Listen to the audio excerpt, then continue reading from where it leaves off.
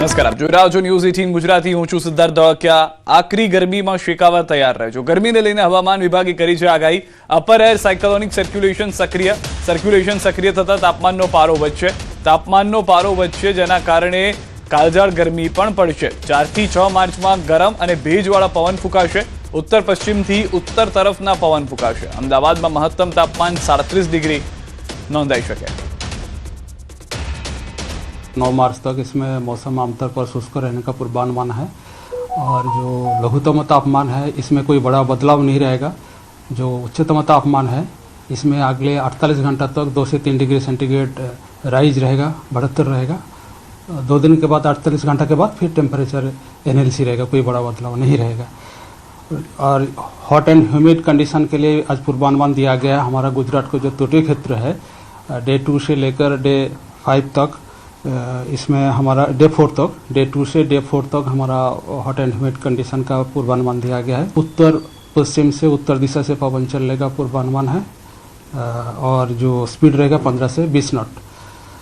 अहमदाबाद के लिए आज मेनली क्लियर स्काई का पूर्वानुमान दिया गया है और जो उच्चतम तापमान है 37 डिग्री सेंटीग्रेड और लघुत्तम तापमान जो है 21 डिग्री सेंटीग्रेड के आसपास रहने का पूर्वानुमान दिया गया है. વલસાડ શહેરના તિથલ રોડ પર આવેલી સરદાર હાઇટ્સ બિલ્ડિંગમાં એક ચોંકાવનારી લિફ્ટ દુર્ઘટના બની છે. હાઉસિંગ બોર્ડની એફોર્ડેબલ હાઉસિંગ સ્કીમ હેઠળ બનેલી સરસ્વતી બિલ્ડિંગમાં એક વ્યક્તિ લિફ્ટમાં સવાર હતા. લિફ્ટ તેમના માળે પહોંચતા જ તેઓ બહાર નીકળવા ગયા હતા અને દરમિયાન અચાનક લિફ્ટ ચાલુ થઈ જતા તેઓ બહાર ફ્લોર પર પટકાયા. આ સમગ્ર ઘટનાના સીસીટીવી કેમેરામાં દ્રશ્યો કેદ થઈ ગયા છે. સદનસીબે વ્યક્તિને ગંભીર ઇજા પહોંચી નથી અને મોટી દુર્ઘટના ટળી છે. જોકે આ બનાવે હાઉસિંગ બોર્ડની બિલ્ડિંગોમાં લિફ્ટ મેન્ટેનન્સ અંગેની બેદરકારી પર સવાલ ઉભા કર્યા છે. 25 થી વધુ લિફ્ટ ધરાવતી આ બિલ્ડિંગમાં મેન્ટેનન્સનો કોન્ટ્રાક્ટ ખાનગી એજન્સીને આપવામાં આવ્યો હોવા છતાં વારંવાર ખામીઓ સામે આવી રહી છે, જેના કારણે રહેવાસીઓમાં નારાજગી વ્યાપી ગઈ છે.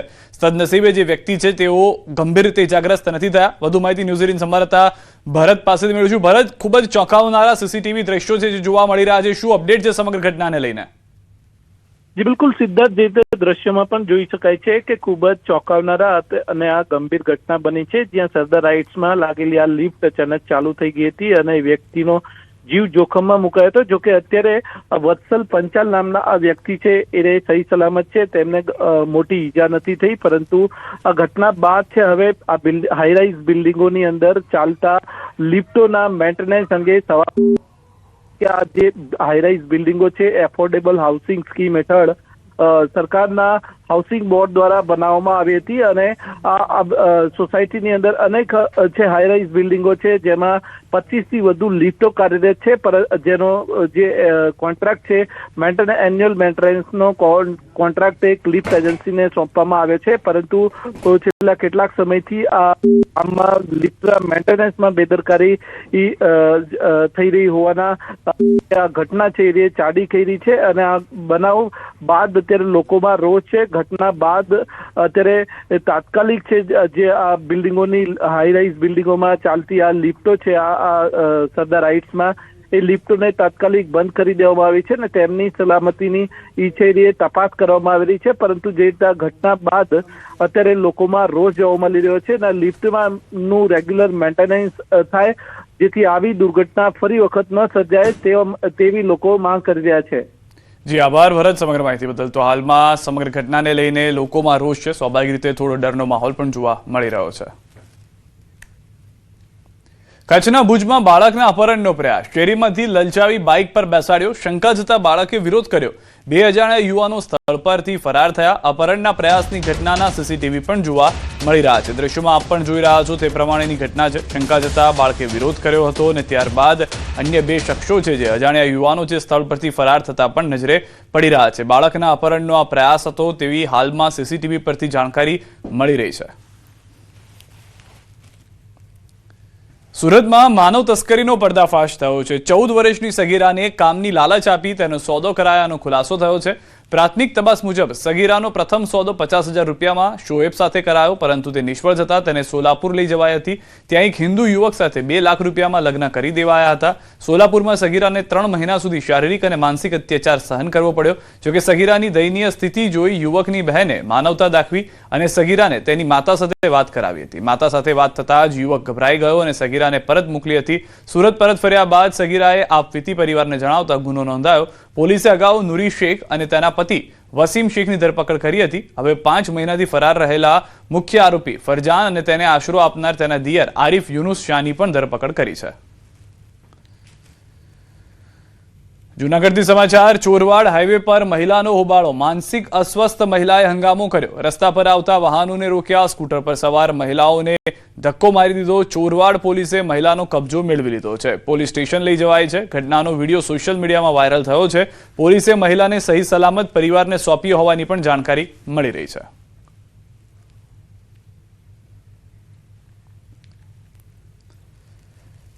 કચ્છના ભચાઉમાં એક જ વિસ્તારમાં 2 અકસ્માત સર્જાયા. બંને વખત 2 સ્કૂટર ચાલકો સામસામે ટકરાયા. વાહન ચાલકો પણ ગંભીર રીતે ઘાયલ થયા. અકસ્માતના સીસીટીવી પણ સામે આવ્યા છે. રામવાડી વિસ્તારમાં એક જ સ્થળે વારંવાર અકસ્માત સર્જાતા સ્થાનિકોમાં ભારે રોષ ફેલાયો છે. અકસ્માત જીવલેણ બને તે પહેલા સ્પીડ બ્રેકર નાખવા લોકોએ માંગ કરી છે.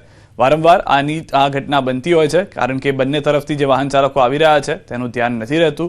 ગતિ પણ તેટલી વધારે હોય છે, જેના કારણે આ પરિસ્થિતિનું નિર્માણ થતું હોવાનું માનવામાં આવે છે. લોકો જેનાથી પસાર થઈ રહ્યા છે, સ્થાનિકો જે છે તેઓનું એક જ વાત કહેવું છે કે અહીંયા આગળ સ્પીડ બ્રેકર મૂકવામાં આવે જેથી આવા અકસ્માત થતા ઘટી જાય.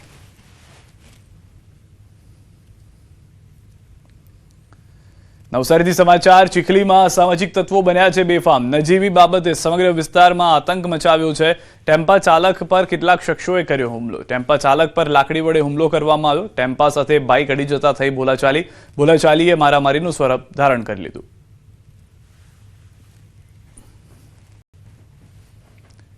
અને હવે વાત રંગોત્સવની.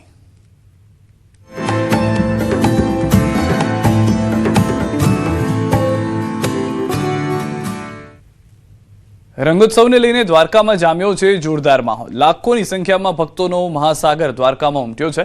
હાલમાં ફૂલડોલ ઉત્સવને લઈને શ્રદ્ધાળુઓમાં ભારે ઉત્સાહ જોવા મળી રહ્યો છે. દ્વારકાના ફૂલડોલ ઉત્સવના દ્રશ્યો પણ અમે આપને બતાવવા જઈ રહ્યા છે કે જેમાં મોટી સંખ્યામાં ભક્તો ત્યાં આગળ પહોંચ્યા છે અને ઉજવણી કરી રહ્યા છે.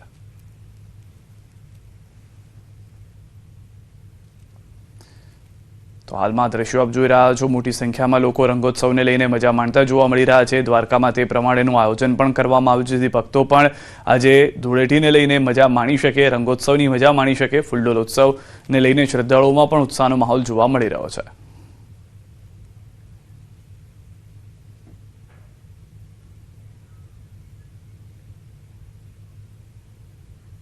તો દ્વારિકાના નાથના દર્શન કરતા ભક્તો થનગની રહ્યા છે. નાથ સાથે હોળી ધૂળેટીના પર્વને ઉજવવા લાખોની સંખ્યામાં લોકો દ્વારકા પહોંચ્યા છે. દ્વારકાધીશના દર્શને આવતા લોકો માટે વિશેષ વ્યવસ્થા કરાઈ છે.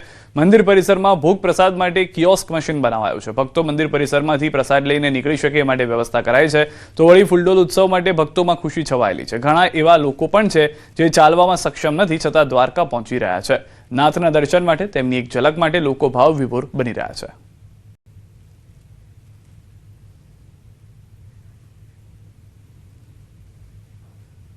અહીંયા આગળ જે પ્રસાદનું કાઉન્ટર બનાવ્યું છે, લોકોને અંદર લઈ જવું હોય તરત લઈ જઈ શકે છે.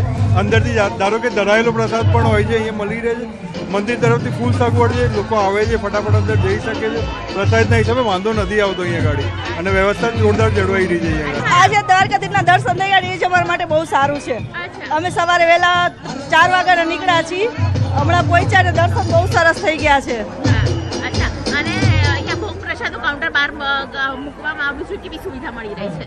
બહુ સરસ છે. આની સુવિધા બહુ સરસ છે. બધે સપોર્ટ બહુ કરે છે. બહુ સરસ છે. આજ તો કાના દર્શન થઈ ગયા એ જ અમારા માટે બેસ્ટ છે. દર પૂનમે આવું છું, પણ આ પૂનમે આવીને જે મને આનંદ થયો છે ને એ કંઈ કોઈને વ્યક્ત ના કરી શકાય એટલો બધો આનંદ થયો છે.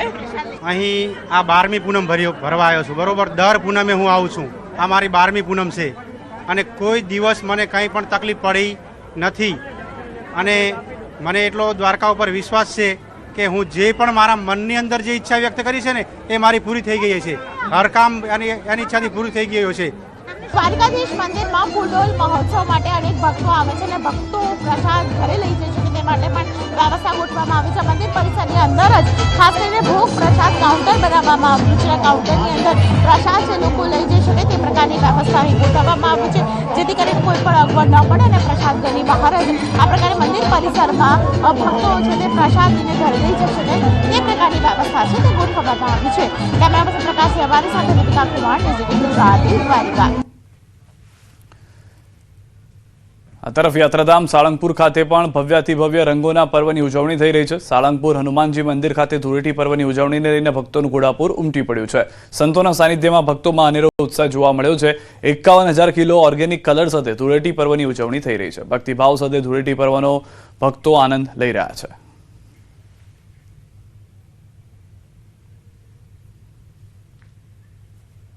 શ્રી કષ્ટભંજન દેવ હનુમાનજી મંદિર ખાતે મારી પાછળ આ દ્રશ્યો જે જુઓ છો તે દ્રશ્યોમાં સંતો હજારોની સંખ્યામાં આવેલા ભાવિક ભક્તોને રંગી રહ્યા છે. ભાવિક ભક્તો પર 51,000 કિલો ઓર્ગેનિક રંગોથી છોડો ઉછાળવામાં આવી રહી છે. બ્લાસ્ટ કરવાની પદ્ધતિ હોય કે ફૂલોની પદ્ધતિ હોય, ભાવિક ભક્તો પર અવનવા રંગોની છોડો આજે ધૂળેટીના દિવસે હજારો ભક્તો દાદાના રંગે રંગાવવા માટે આવ્યા છે. આજના દિવસે અમે દાદાના ચરણોમાં એવી પ્રાર્થના કરીએ છીએ કે હનુમાનજી મહારાજ સમગ્ર જગતની અંદર સુખ શાંતિ વર્તે અને બધાનું જીવન રંગીન અને રંગીન બને. 51,000 કિલો અલગ અલગ પ્રકારના દાદાના રંગથી બધા ભક્તોને રંગવામાં આવ્યા છે. બધા સંતોએ શ્રી કષ્ટભંજન દેવ હનુમાનજી મહારાજને રંગે રમાડી અને એ ભક્તિના રંગે લાખો શ્રદ્ધાળુઓને આજે રંગે રમે છે. આજે બધાએ ડીજેના તાલે અને 51,000 કિલોના અલગ અલગ સોટો ને રંગીન ફૂલોના દ્વારા આજે આ હોળીનો પર્વ મનાવી રહ્યા છીએ. લગભગ 4 વર્ષથી હું આવું છું, આટલે મેં હોળીનો કંઈ ઉત્સાહ જોયો જ નથી. જો કલર છે, ફૂલો છે, પછી કેસુડાના રંગથી રંગવાના છે. ભક્તોમાં તો ઉત્સાહ કોઈ સીમા નથી કે આવો ઉત્સવ જોયો જ નથી અમે લાઈફમાં ક્યારેય. સુરત શહેરમાં ધૂળેટી પર્વની અનોખી ઉજવણી જોવા મળી. પોલીસ કમિશનર અનુપમસિંહ ગહેલોતે દિવ્યાંગ બાળકો સાથે ધૂળેટી રમી ઉજવણી કરી. બાળકોને પિચકારી અને રંગો આપી ખુશીના રંગોમાં રંગ્યા હતા. આ પ્રસંગે અનુપમસિંહ ગહેલોત અને તેમની પત્ની સંધ્યા ગહેલોત પણ હાજર રહ્યા હતા. સંધ્યા ગહેલોત દિવ્યાંગ બાળકોની ખુશી જોઈ ભાવુક થયા. કાર્યક્રમ દરમિયાન બાળકો દ્વારા બનાવવામાં આવેલ ક્રાફ્ટ અને દીવા પણ પ્રદર્શિત કરવામાં આવ્યા હતા. जीवन विकास ट्रस्ट ना द्वारा जो एक संचालित स्कूल है अपना जो दिव्यांग बाळको है जो मानसिक रीते एटला नहीं डेवलप थी सका जो है एवं बाळकोनो सरस एक अहींया पे जो स्कूल चाले छे.